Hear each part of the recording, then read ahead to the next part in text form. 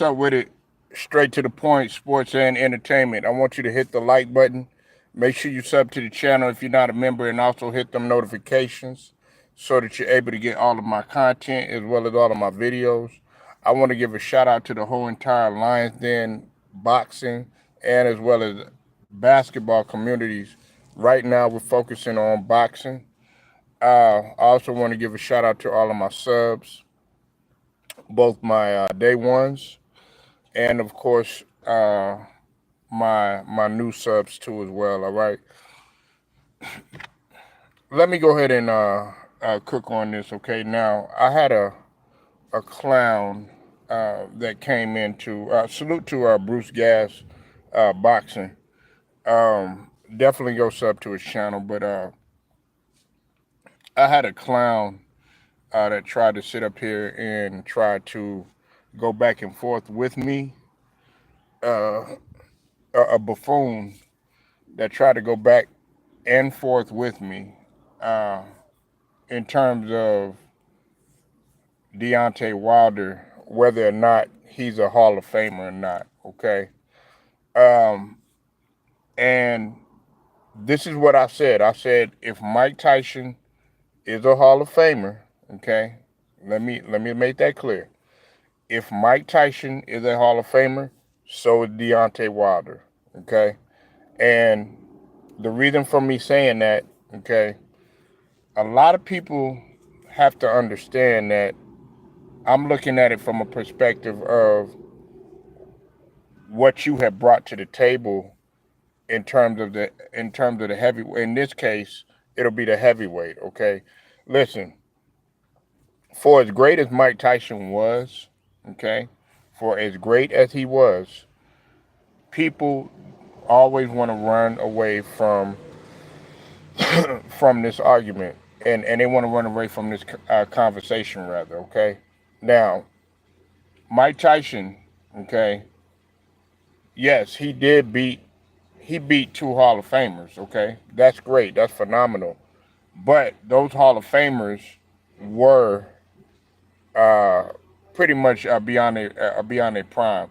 Now I know Spinks was 32 years old, but you have to take into account he had been fighting for quite some time, and on top of that, when he fought Muhammad Ali, he beat Muhammad Ali when he was 24. When he was 24, and Muhammad Ali was 36. Okay, and Mike Tyson beat Larry Holmes, who was 38 years old. Okay, uh, no sir, you're not gonna sit up here and then tell me that Mike Tyson, you're gonna count those Hall of Famers and everything, okay? That they did get in the ring and everything, and then when he ran into Holyfield, and then when he ran into Holyfield twice, okay, he lost, and then well because of the ear biting incident, and then of course when he ran into Lennox Lewis,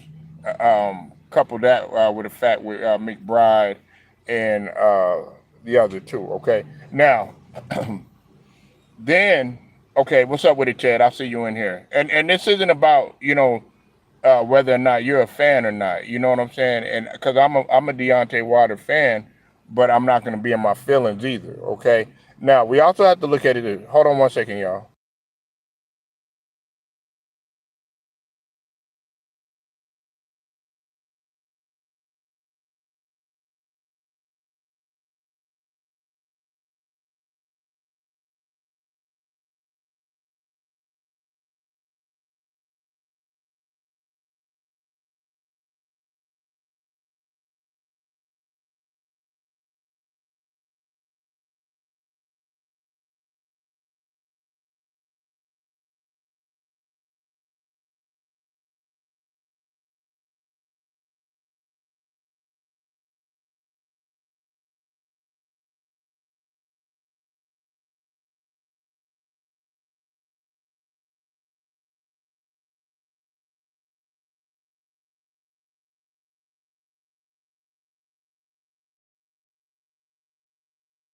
All right, I'm back.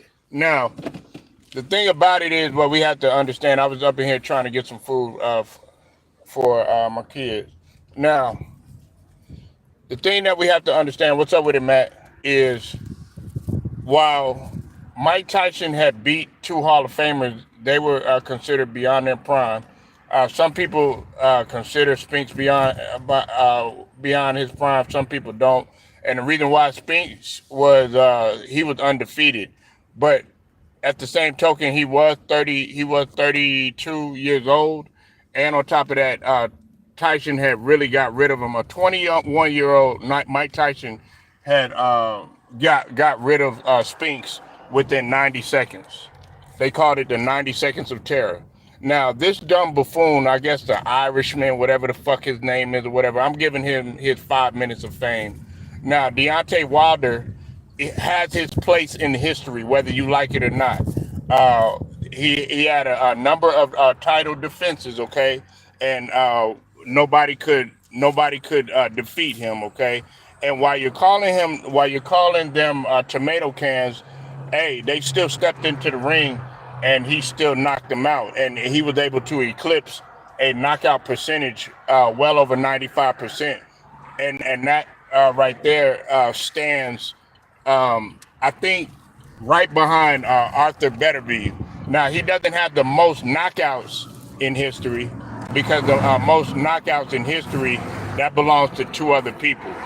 But Deontay Wilder does have his place in history.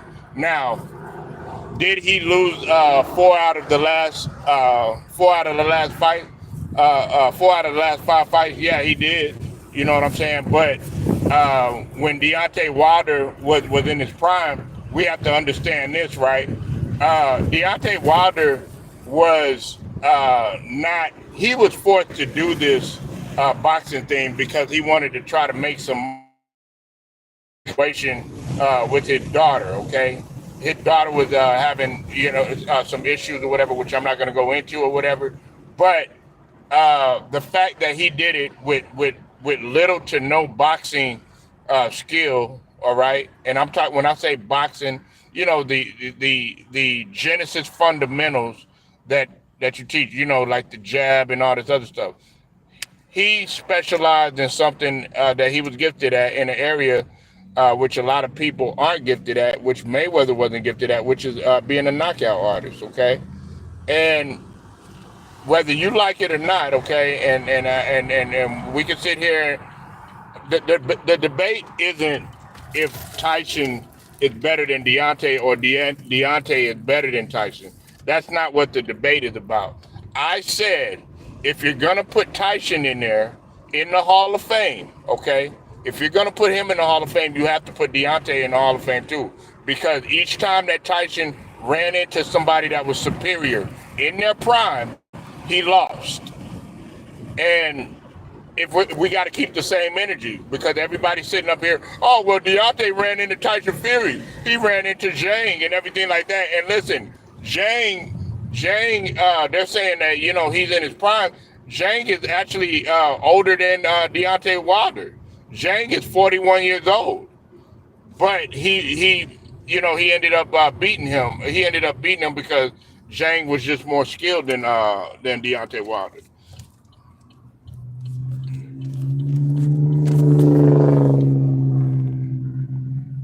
Stop it. Mike Tyson had head movement, but see, salute who is Hendo, but that's not. See, you're taking it out of context. That's not what the debate is about. Okay, and it's not about skill. I said if you're gonna put him into the Hall of Fame, you have to put Deontay Wilder in there too. What happened when he ran up against Holyfield? Who was Hendo? He lost. A prime Holyfield. He frustrated Tyson so much, and trust me, I watched the fight. Okay, I was there. Like, not physically there, but I was able to watch the fight, you know what I'm saying, on cable TV live. Okay? He lost. Frustrated him to the point because of the headbutting and all that other stuff or whatever that he said he was doing, and bit his ear. Then he ran into a Lennox Lewis, which everybody thought that Lennox Lewis was trash, okay, which he wasn't. He ran into a 6'5" Lennox Lewis who could outbox him and had superior footwork than Tyson. You know what I'm saying? So we got to stop it with all this. It's not about the skill. You know what I'm saying? We know that Tyson was had a little bit more skill than him, but also, if we want to go by that logic, check this out. Once you Tyson lost to somebody who they didn't expect him to lose to, which is Buster Douglas.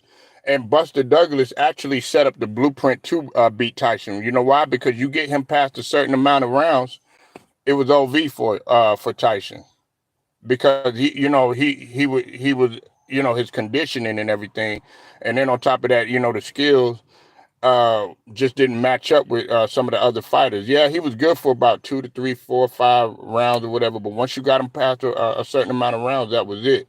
Because Tyson was a knockout artist in his own right. But like I said, it doesn't take away from the greatness from either one of them. What I'm saying is, to close the castic on this thing, is the fact that if you're gonna put Mike Tyson in there, when he ran into skilled opponents that were in their prime, such as the Holyfield, such as the Lennox Lewis and everything, he lost. Okay, that's point blank. Period. He lost three times, and it's the same thing with Deontay Wilder. He ran into a Tyson Fury, who was more skilled than him, but a lot of people, the controversy and everything, and then of course he ran into Shane. So, uh, listen, man. Um, I had to go ahead and I had to get on that clown that was talking that trash earlier. Um, Make sure you like the video, share it, subscribe, hit them notifications too. Straight to the point, sports and entertainment. I'll get at you later.